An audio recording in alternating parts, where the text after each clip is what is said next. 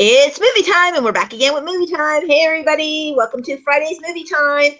I am your host, Grayson. Hopefully that you've had a fabulous couple of days and enjoyed our wonderful interview with John Reese. And with me, of course, is my co-host, Arpo. Hey, Arpo, how you doing? I'm doing good. I've been having a busy day, been running, and it's nice to actually sit down and just have some nice conversation now.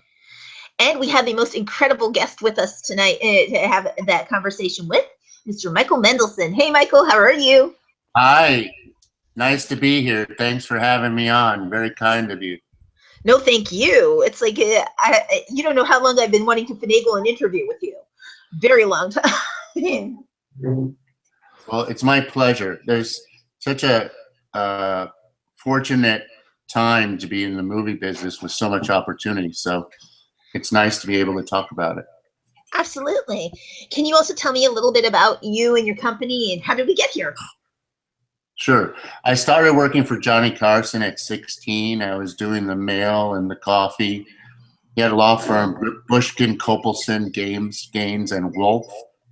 You know, if you put your coin into a payphone, the money ran out before the last partner was me. And so that's where I started, and then I drove Johnny Carson around, and he tried his jokes out on me. And eventually, he asked me to do a little film for the office Christmas party, and together 20 minutes of the bloops and blunders. And everybody thought I'd get fired because of that, but eventually it became a show for NBC. So that's how I started, and then I worked for Columbia Pictures under Jonathan Golgan.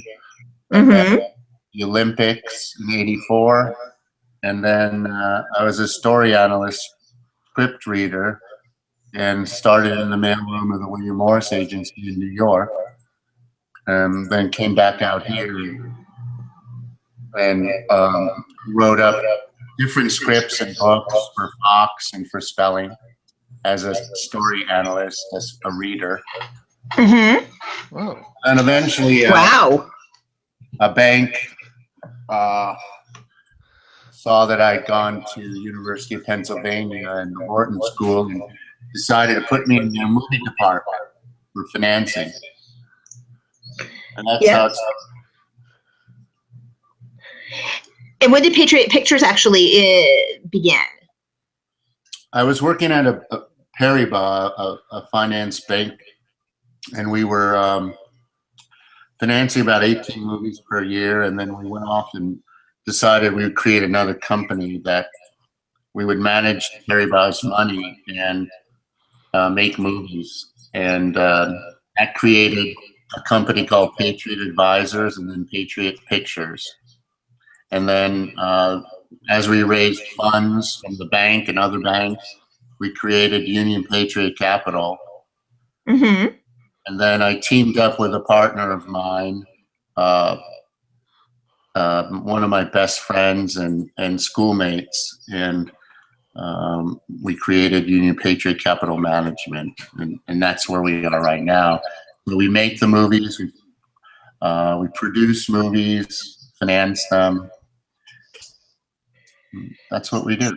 Yep. So you do your own slate as well as also helping out others with their slates. That's correct. We do it picture by picture, and we have certain genres we work with. We seem to work well with the Al Pacinos and the John Travolta and Nick Cage movies. We do a lot with them, and we've done several with James Franco and his crew with Seth Rogen and Will Ferrell. And then we do a series of African-American movies that we do with a filmmaker, Jean-Claude Lummery. And like if the studio makes a Magic Mike, we will make a Black Magic Mike. And that will have a series of African-American dancers and storyline, and usually sells to BET or Netflix or some combination. And we're on Chocolate City 3. Chocolate City 2 comes out in July on DVD and Netflix. And then we did the same thing with 50 Shades of Grey. We have a black 50 Shades of Grey concept, which is called Kinky. Mm-hmm. That's coming out in November. And so we're just finishing Hangman, which is Yes. a serial killer movie starring Al Pacino, Brittany Snow, and Carl Urban. Mm-hmm. Wow, nice. That's in post. We're doing a little more shooting with Al on Tuesday, and that should be out fourth quarter of this year. And it's a Al Pacino playing a homicide cop, Carl Urban playing an ex-FBI man who comes back to the force, Mm-hmm. and Brittany Snow plays a web journalist that is following these homicide cops through their solving of a murder case, and quite exciting. It does sound exciting. And you've also worked with like a lot of the studios and places like Paramount and other studios before. What are some of the experiences that you've had with them as opposed to the independents? Well, a lot of times when you work with a studio, a lot of decisions are made by committee. And Mm-hmm. so everything many times is put up for by committee of script and the look of the picture, the casting of the picture. So many times it takes a lot longer to get a committee of studio executives to approve something than a producer and a director and a star. And so it's quite time consuming. On the other hand, you get budgets that are in excess of what you might be able to make a movie for in the independent world. And you also get the distribution machine, which it's hard to beat a studio distribution machine. And, True. but they've started moving in another direction. You know, they don't make movies for people that are above 30 years old. They Yes. focus on Iron Man, Batman, Spider-Man, Wonder Woman, Wolverine, Fantastic Four, the Star Wars movie, the Pixar movies. And so there's a whole group of movies that are not being made as they were in the 80s and the 90s, because for them, they're looking for that 100, 200, $300 million box office, which doesn't always match an interesting demographic of 35 to 55 years old for moviegoers. Yeah, definitely. It doesn't match it in terms of the box office, nor does it match it in terms of the criteria. So they basically moved completely away from the indie and straight into the tent poles. Right. They will acquire our movies. Like after we make them, they'll say, we like that. Mm-hmm. We want this one, or sell us that one. But for them, when you make a movie for 10 million and it makes 10 million profit, that's not necessarily a huge success for a studio. They want to make a movie for 100 million that makes them 500 million profit. And so that's a different kind of movie and a different kind of marketplace.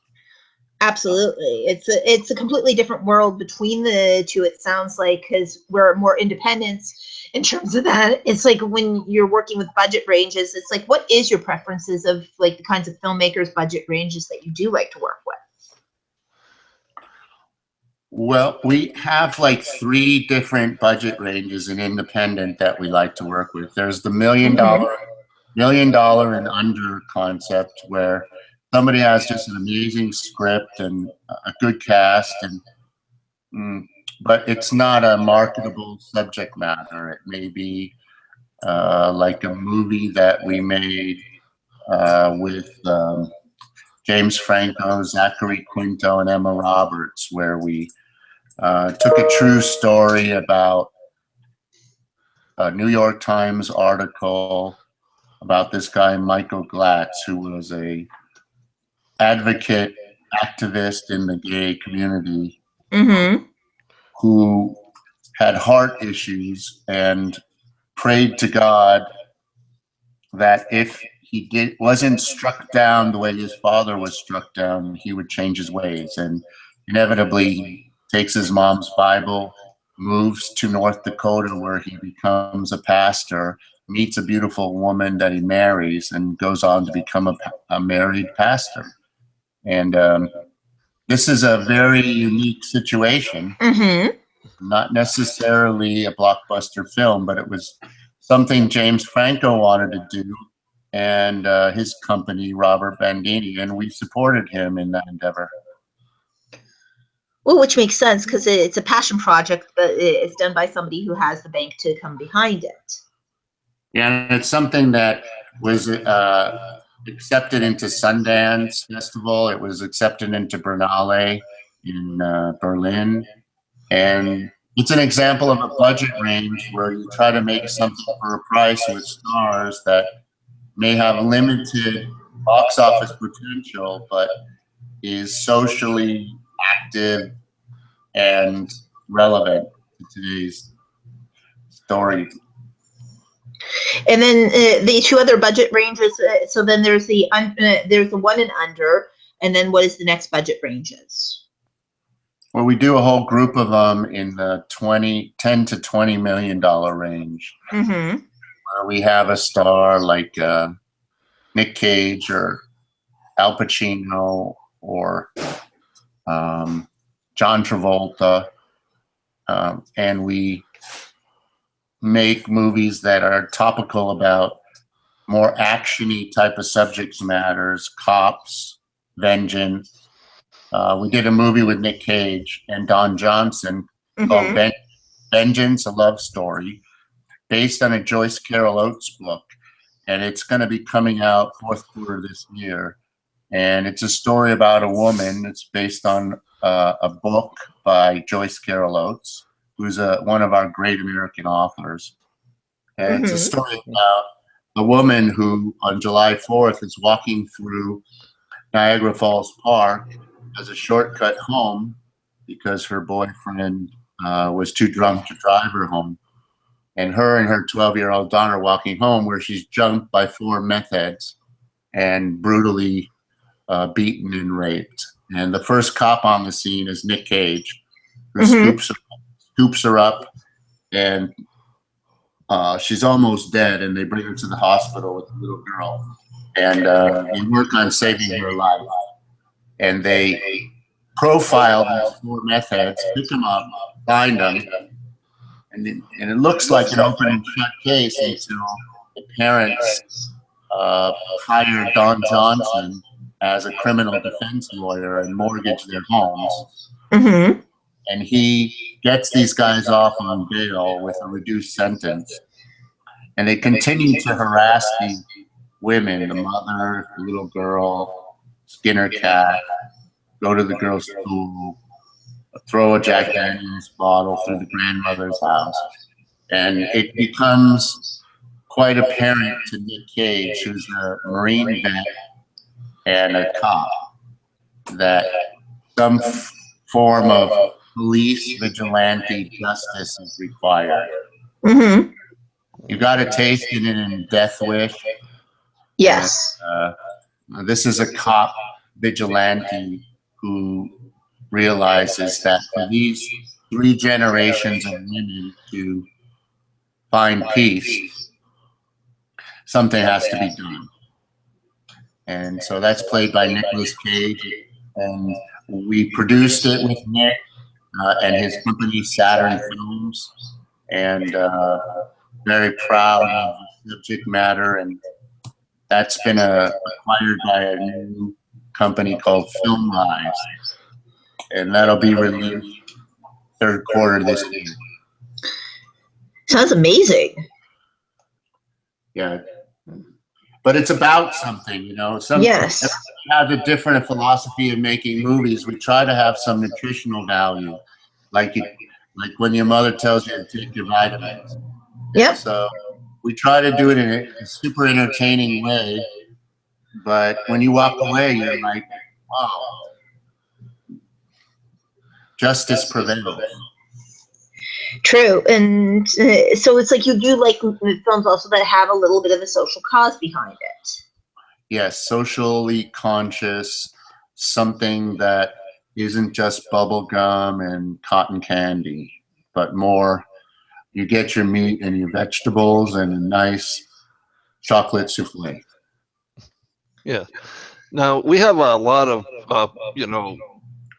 up and coming filmmakers that listen to the show that are trying to find their niche to break into the business. And I was wondering, would you have like a list of do's and don'ts for people regarding pitches? Because I'm sure you've probably heard thousands, good and bad both. I think that's a super good question. There's different advice you give for different kinds of stories. But let's go through and take a couple of examples. Okay.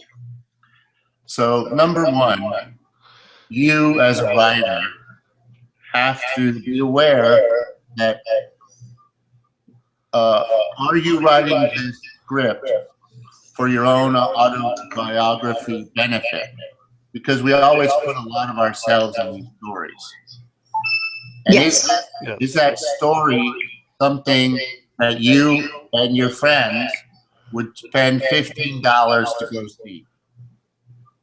It's like a basic question. Does anybody you know want to spend $15 to see this movie? Yes. So the answer becomes yes. So now we see decisions on movies are usually made in the first 10 minutes of the movie, which translates to the first 10 to 25 pages of the script. So it's not uncommon for a company like ours to get a submission by a talent agency like Creative Artists or William Morris or CAA or ICM, and we get submissions and we read the first 25 pages, and if we like it, we continue. So making that first 25 pages super impactful and clever is really important.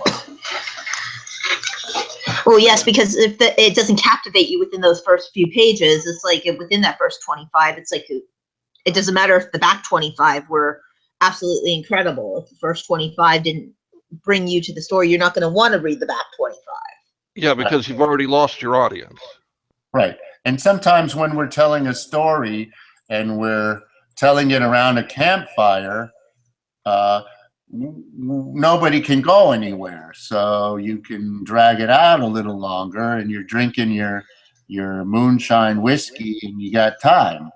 But in today's world where a person can flip on Netflix or play Call of Duty video games or go out and play online games on their phone, the competition for attention span is much greater. Okay. And so it's very important that you use your friends and your family to read the script and tell you what they really think. Everybody's opinion, everyone's opinion is worth $15 at least. So and even before you test market it out to pitching towards any investors, you would suggest pitch market towards people who it's like asking them in regards to doing it in almost like reading circles and saying, okay, is there some sort of things that jarred at you, or is there something that was compelling or not compelling? Right. And there's also databases now of scripts of great movies. So, for example, let's say you're making a movie like I'm looking at my wall of posters, but let's take Underworld, for instance, the vampire movie. You have to say to yourself, if you like vampires, is this in the history of these vampires? Is it something that we would like to see because it's something different? You know, is there an original voice? Is it something that the character arc is? We start out as a vampire and we realize that she's half human, and there's always a conflict between her as a human and her as a vampire. Yes. And so these are the kind of things you ask yourself. Or you're making a funny movie, like What Women Want. You know, so you've got Mel Gibson, he's not carrying a gun, but he's carrying a hairdryer, and he falls into the bathtub, and electrocution with all the products that he was testing for marketing and advertising agency now become the basis for the fact that he can hear what women want. He can hear them. Crazy concept, but unique, original. Yep.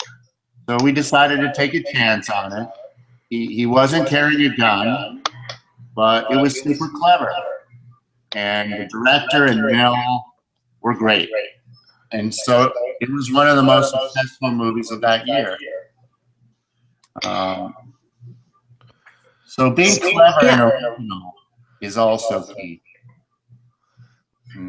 Yeah, having a chance to be able to also take it from a different and fresh perspective. Projects. I think so. Yes. And then there's a classic. There's a classic. You like cop movies, for instance. You were a military vet, and you're tired of watching Pixar movies, and you want a good old-fashioned action cop movie. And so that's why we'll attach Al Pacino or Nick Cage or John Travolta in a classic movie where they're up against amazing odds, which is very difficult to defeat. But through perseverance, gunplay, and a lot of good cop work, you're able to solve a crime, which doesn't easily unravel as we watch the movie. Absolutely, and it just brings forth like a different level of story arc as well with that, because then it feels more personal, more home. Yeah, and it usually deals with bringing justice to people that have escaped justice through the system. The courts are too full, the jails are too full, and many times they slip through the system. Evidence wasn't done right, and they continue to perform their crimes until one man or one woman with the fortitude and the social conscious character stops them in their tracks. And those are actually the best ones, because then it's like a real life hero that people can believe in. It's like, it's nice to have the superhero, but it's nice to see the real life hero portrayed of somebody who is relatable to everybody, to the common person. Right, and we love those kind of movies, and we look for those kind of movies, and they usually are military guys or cop guys or ex-CIA or like the common man that just found himself with no choice but to try to survive. We have a movie coming up right now, which is called Bomb Squad, which we're working on. Reese and Jackie are writing it and consulting, and Jackie's a real bomb squad tech that was a Marine vet and currently works on LAPD bomb squad with the FBI. And so Charisse has been writing this project that is a super exciting project where the lead is a woman who is one of our country's foremost authorities on bomb defusing, and so given what's happening in the world today, this is a super important subject.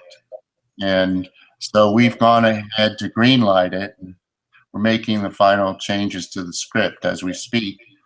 And we'll be going out to one of the top 5 actresses to play that role. So that's also a politically charged thriller based on real facts that are happening in our world, unfortunately, today.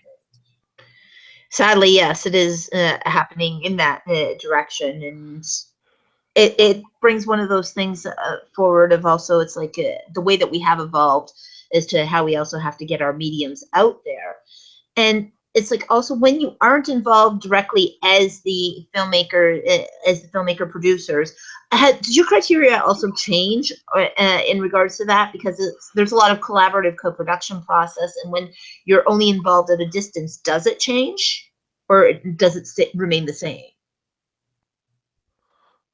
It does change, and it really depends who you're working with.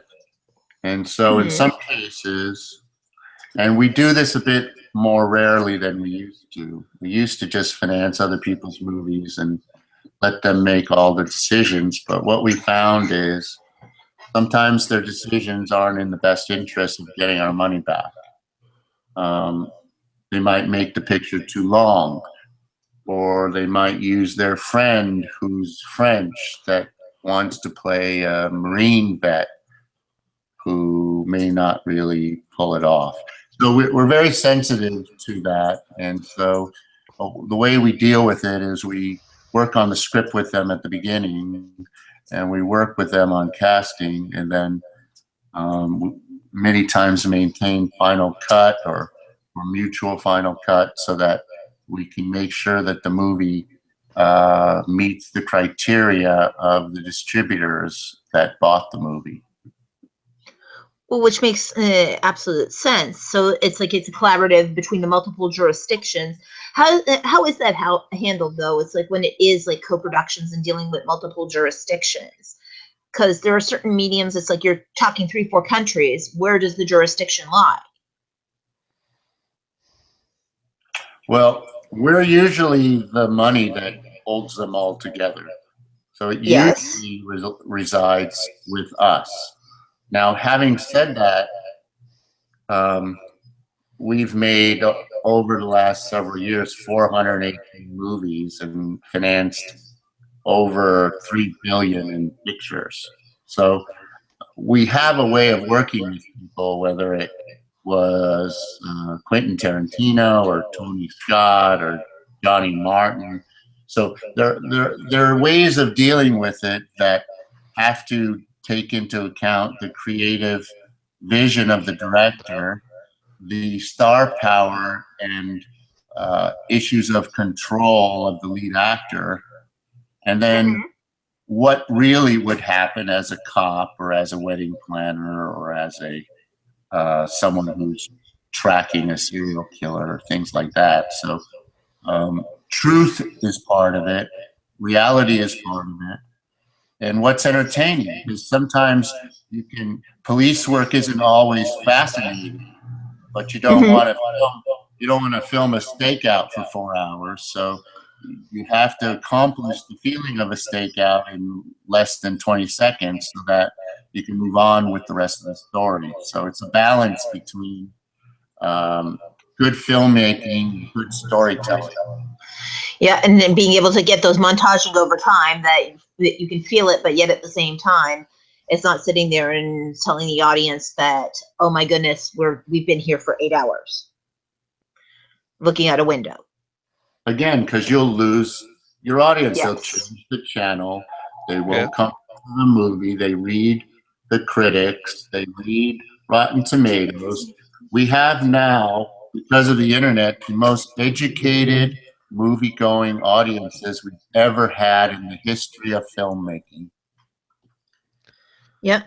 And you've also been involved in the industry for like so many years over the years. So what do you think like the biggest evolution has happened in terms of film and how they're made and how they're chosen to be made? Because now if we do have a sophisticated audience, what's been the biggest evolution of this? Well, you have two things. You have a more sophisticated audience, and then you have the ability to find a niche audience because of the way Facebook and Amazon and Netflix and social media work. So Mm-hmm. you can find your audience easier, but your audience is also more fragmented.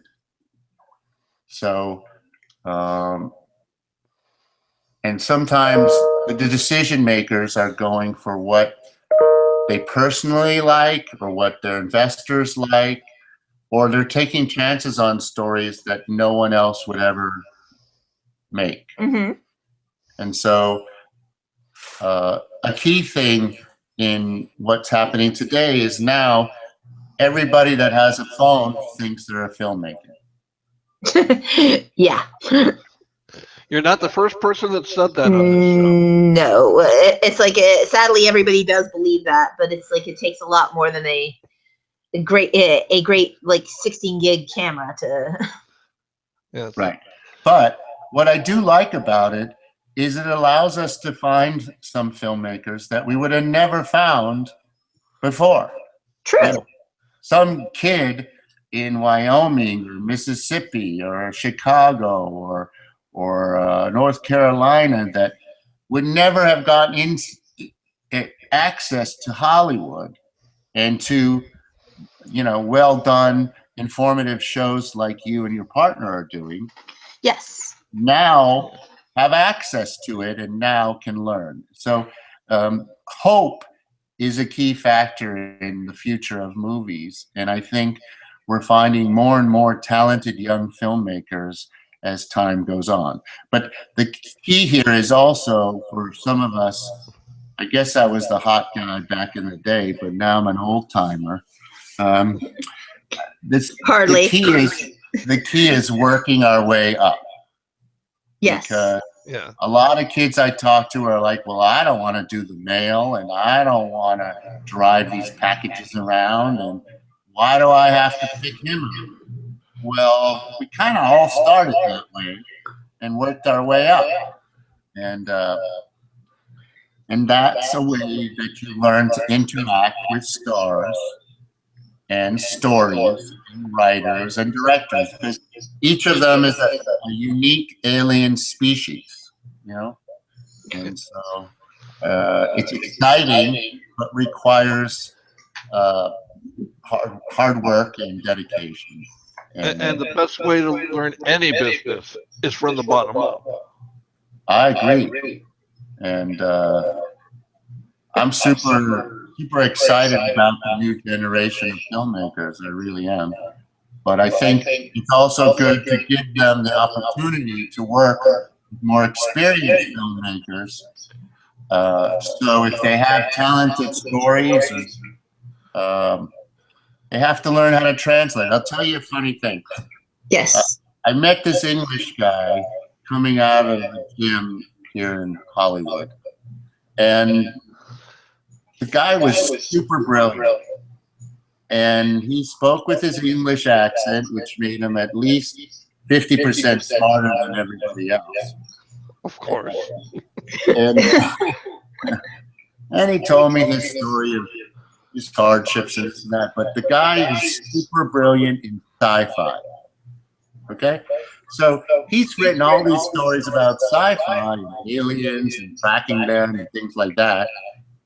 But he's so super intelligent that I don't know too many TV or movie executives that could put up with this guy because he's so brilliant, which is where I come in. And we work on a story together. We find something. We don't tell the executive the 39 facts of the alien. We tell them the top 3. Yes. And that's intriguing enough to get the executive to commission a script and for us to start working on putting the financing together for this brilliant artist. But sometimes they need that producing element to be the translator and the glue between executive and the talent. And you see that with the talent agencies and the producers. And so that's a big function that we provide, in addition to making sure the financing is there the script's in shape, the distributors want to buy it, and we can cast it in such a way where it attracts a top-level cast. Yes, you want to go for the biggest cast that you can possibly have in regards to it to be able to be, but a bankable cast. It's bankable, and you sometimes you can't get all the cast to be bankable, but if you can get the top one, maybe the top 2 or 3,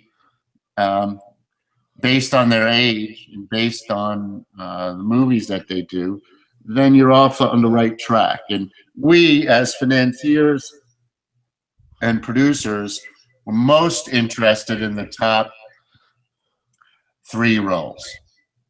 Yes.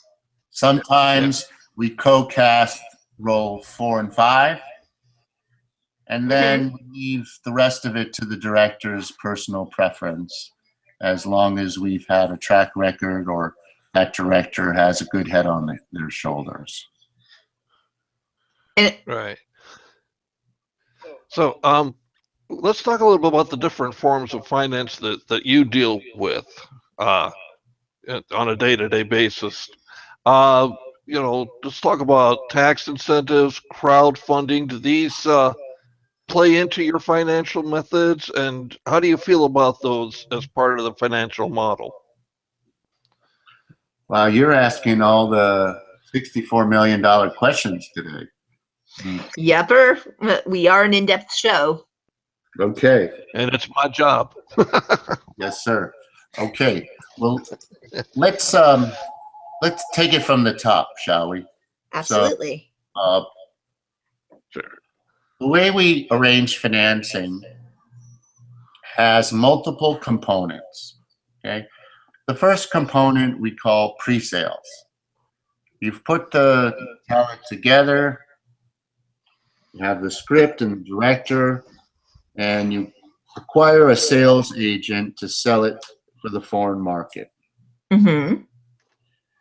He makes a sale to, let's say, the UK, to BBC for a certain amount of money.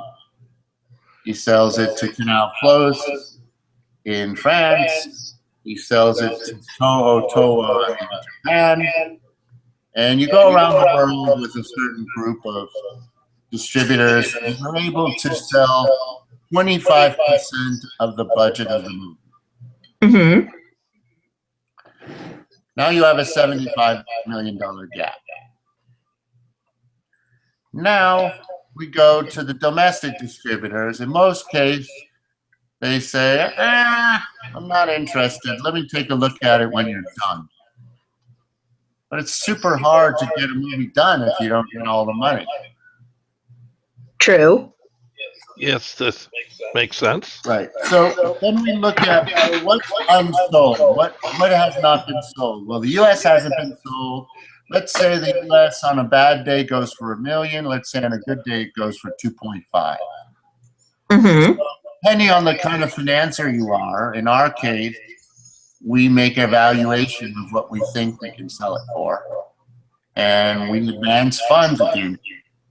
Many financiers, banks, if you haven't sold it, they'll give you nothing for it. So that's enabled us to get movies made where many times other financiers may not get it made. Well, which makes perfect sense. We call it gap financing, where we've evaluated the estimates on these foreign territories may be worth X, and the estimates on domestic is Y, and so X plus Y we cut in half, and we say, well, on a bad day, we should be able to get this amount of money. Mm-hmm. Now, is that a more or less risky way to go about the financing? Well, if you're right, it's less risky.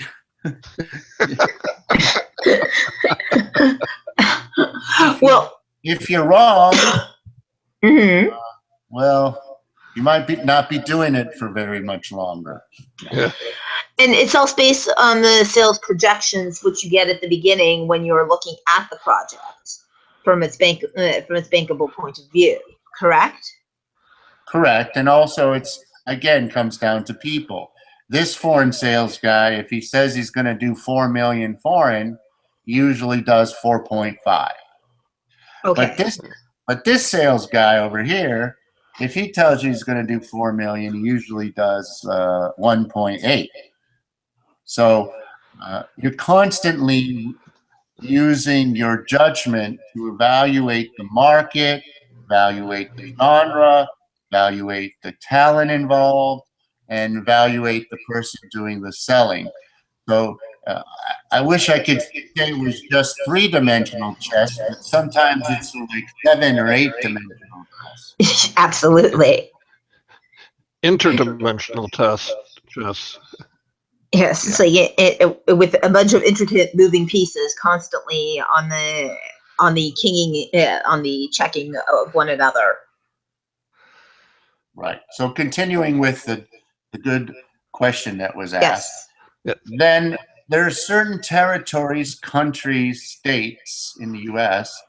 that Mhm. offer either a film incentive, which is like a rebate, where if you spend X amount of dollars and it's audited by a local approved accountant, then you could get anywhere from 15 to 30% back from the state of what you spend Yes. based on certain expenses that are outlined as qualified expenses. So Okay. let's say in our scenario, you've gotten 25% of your budget in pre-sales. Yes. Our financing model provides for another 25% of gap financing against unsold territories. Mm-hmm. And you're getting, let's say, roughly 25% of the budget back from either what I mentioned is a rebate, or some states provide a film tax credit, which essentially is a piece of paper which is worth 25% of the budget of the movie, which they then sell to a corporation that needs some relief on their taxes, and you net 23% out of your 25%. Mm-hmm. For administration Let's say fees? for administration, discounting, middlemen fees, legal fees, you know how it is. Yes. Yeah. So for simplicity purposes, let's say that number ranges from 23 to 27. Let's just say it's 25%. Okay. So now you're in a situation where you can go to your financier and you say, look what I did. I've got 25% of my budget in pre-sales. I've got 25% of it in a rebate. And here you've said you're giving me 25% gap financing. So we're only short now 25%, Mm-hmm. which is where some companies come in with equity. Yes. Or And debts. so that could be your mom and dad, your brother and sister, or it could be the new event of the day, which is crowdfunding. And now if you've tied down the talent, or you have a remake of a favorite TV show, or your star is someone everybody loves, Mm-hmm. you have them make a little like infomercial. You go to one of the crowdfunding people and they put out a little brochure online of the story, the director, what it's about, the potential other movies that have been successful in this genre, the track record of your star, how your director has done all these great movies, how the writer is brilliant, and has written some of the best movies of all time, or is a first timer and you've read this script and it's the best script you read in the last 6 months, and you put together this package and you go to crowdfunding. Yep. Yeah.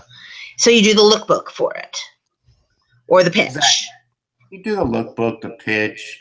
You get a graphic design person to really make it super hot. You get one of these college-educated, brilliant students that rewrite it and make it super snappy and marketable. And now all of a sudden, when people read these things on Kickstarter or some of the other crowdfunders, and they start investing $20, $100, $5,000. Mm-hmm. We've seen on very popular shows or remakes, people raise anywhere from 500,000 to 4 million. Yes. By this. Yep. Now again, there are handling fees, there are fulfillment costs. You promised everybody a T-shirt and a DVD and a picture with the star if you donate more than X amount of dollars. And now, let's say you made 1.9 on the thing, and less the fees, and less the coffee cups and the posters and the T-shirts, you get a net of 1.5. Well, that's real money. Mm-hmm. And let's say that fulfills half of the 25% gap you have, and another investor and the post-production people and the sound people and everybody kicks in a little bit, and you get to the full 25%. Yes. That process is called independent film making using independent film. Yes. Wow, that's like a whole primer on financing right there. Absolutely. And it's something that's very vital and crucial to a lot of people, because it's like it's very hard for them when they come out of, for example, film schools and stuff like that. It's like, in terms of that, to reconcile the fact that it is actually a business that goes along with this. Do you feel, from a business perspective, what's the key to actually growing these relationships and growing these financial relationships, and also between the film community, to marry the artistic side, which has been so well drilled into people's heads, and the business side? Well, you have certain people in our industry that can use the left side of their brain and the right side of the brain. Yes. There aren't a lot of them. But every now and then, you've got a group of them that make the business work, and I'm thankful for them. And so many of them are leaders of the agencies, leaders of the studios, networks, talent managers, writers that are prolific, directors that are collaborative. Yes. So we're in a collaborative business. One person can't make a movie. We wish that we could, but we can't. Yeah. And so what you're really looking for on the creative side is like a conductor composer. And he puts together the script or the score, and you have the violin section, which are the light guys, and you have the bass section, which are the sound people. And you go around and you have all different kinds of instruments and all different kinds of people. And hopefully you've put together a team. And our ultimate goal is to capture magic on the screen. And Absolutely. sometimes we do it. Yeah. And that's super exciting. Definitely it is, and it's something that we lack in the industry. Also, it's like understanding that it's like, look, it is both a business side as well as an artistic side, and putting together the right combination of people to get the right product out there. Well, that requires, in my opinion, for each person that participates a super level of honesty. Mm-hmm. Now, if I'm a great dancer, but I'm not a good stage manager, I'm probably not going to make a great musical producer on stage, right? Yes. But the musical producer guy, he can't be in front of the audience dancing because he's no good at that. So it's collaboration and teamwork. And you'll find the most successful people in our business, no matter what they are, writers or directors or producers or studio execs or agents or managers, are super collaborative and helpful. And what I consider the most important rule, if you say something, do it. Yes. Oh, yes. And I think at least 70% of our business success is based on doing what we say we're going to do. Definitely. And being real and keeping real things. It's like not spotting somebody who is fake in this industry. The other thing is patience. Mm-hmm. Many times we deal with funds or individuals that, and I don't know why, but they know everything about everything. And so sometimes it's very hard to explain to them how things work.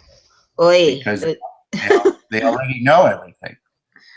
So you have to be careful that we try to work with people that have maintained a great expertise, gratitude for having the ability to do the work, and a sense of humility that we're just trying to make good movies. And we're fortunate that we're able to do it in this business rather than other businesses that aren't as much fun.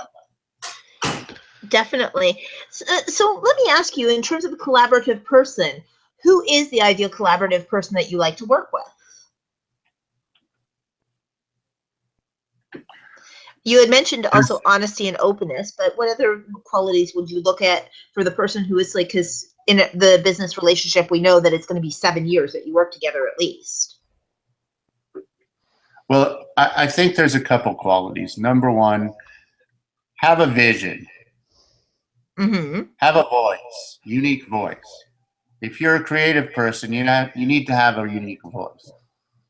And you have to say, my story sense is like Alfred Hitchcock, and my shooting style is like Tony Scott, and this is what I'm going to provide you with. And many times you do, some people do what we call ripomatics, which they take scenes from different movies and they put them together, and this is what it's going to look like. But they have to have their own voice, because if you just copy other people's work, it's not, no one's going to pay for that. You know, we did a movie with Quentin Tarantino called Reservoir Dogs, and then after Quentin did that movie, which people say is based on some Asian movie, 50 people tried to duplicate the intensity and the effort of Quentin Tarantino, but they weren't coming out with a unique voice. They were just copying it. And so those movies don't work. And so you have to be honest and say, I love his work, but I'm going to take it to a different level. You can't say a better level, because I think he's a top director and a fantastic guy. But so you have to set a goal and go for it. You also have to be honest. If you say something, do it.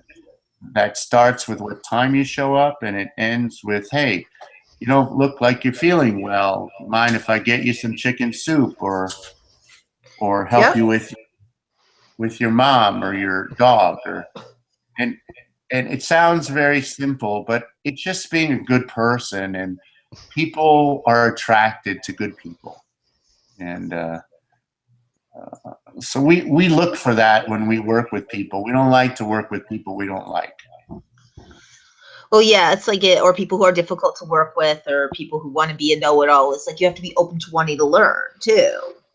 Yeah, well, we don't mind difficult if you're defending your vision.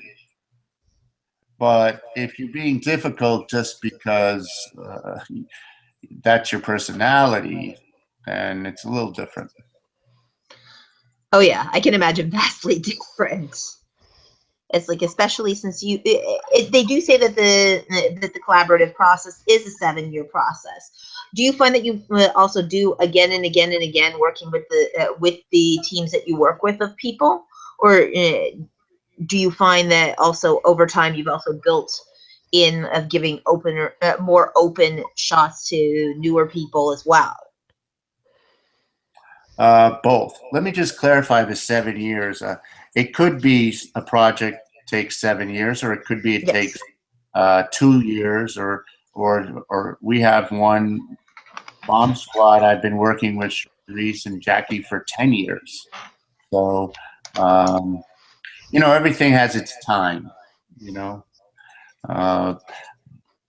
but Definitely. we do work. We have about 5 teams that we work with on a variety of different kinds of movies. Mm-hmm. And then we're always looking for a new group or writer or director that, based on their personality and their material, we might put them with a production team over here or there, depending on if it's an island movie in Puerto Rico, or if it's a city movie like in Cincinnati, Ohio, or if it's a southern movie with the USS Alabama, like a movie we did called USS Indianapolis, which was a major war picture, World War II naval disaster. And so depending on who it is and what the subject matter is, we try to tailor each project to realize the best potential of the talent within the financial framework that is required on our side. Right. So, do you feel that the tent pole is going to remain stable, or do you think maybe it's starting to collapse a little bit because of the cross-platforming that we have these days? I think I'm pleasantly surprised when I see things like Logan, which is, I think, the 4th or 5th or 6th version of a Wolverine movie. It was super clever. They're 2 old guys trying to make it with a kid that is a Wolverine little girl, and I thought it was done relatively clever.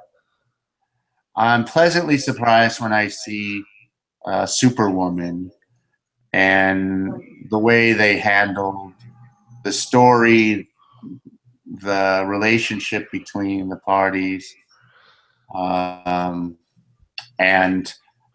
the respectful way they made women of this Amazon integrate into society that doesn't necessarily have the same cultural viewpoint.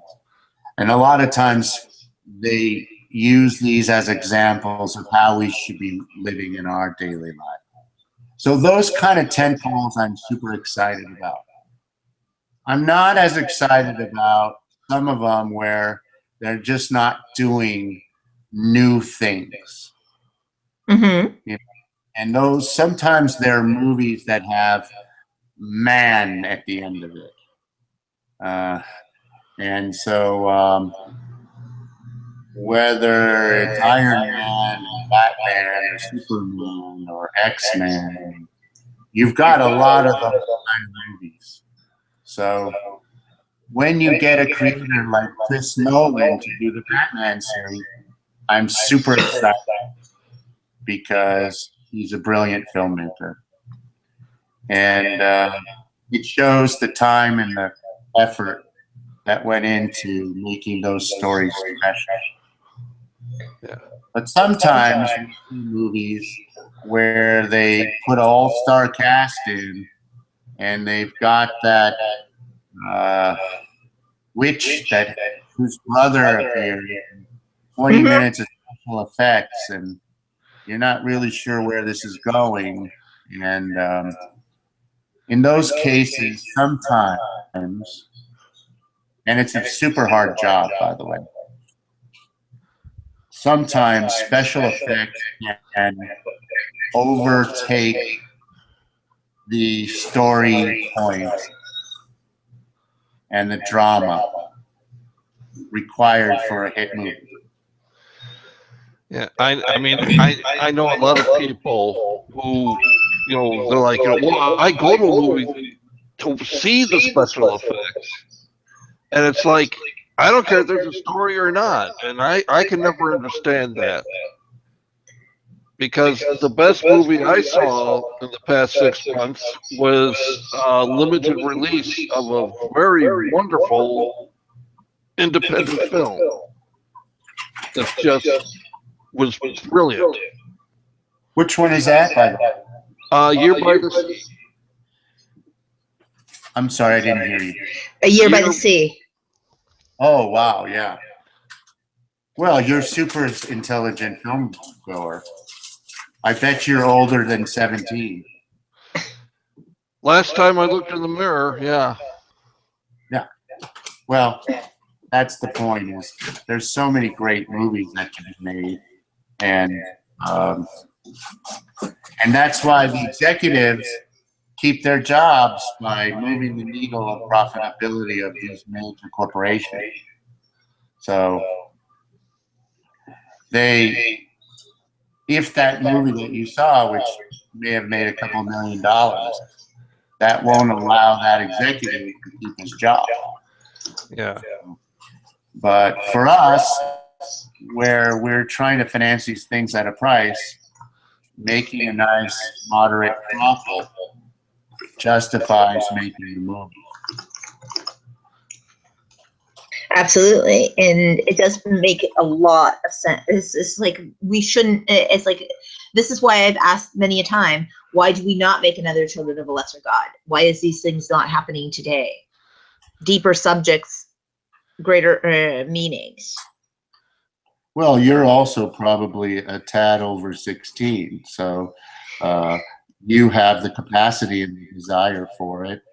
And so I agree with you, and that's why we try to do a product mix of super intelligent, provocative movies, cop action movies, niche African American movies, and sometimes what's behind door number 3, which we don't know today.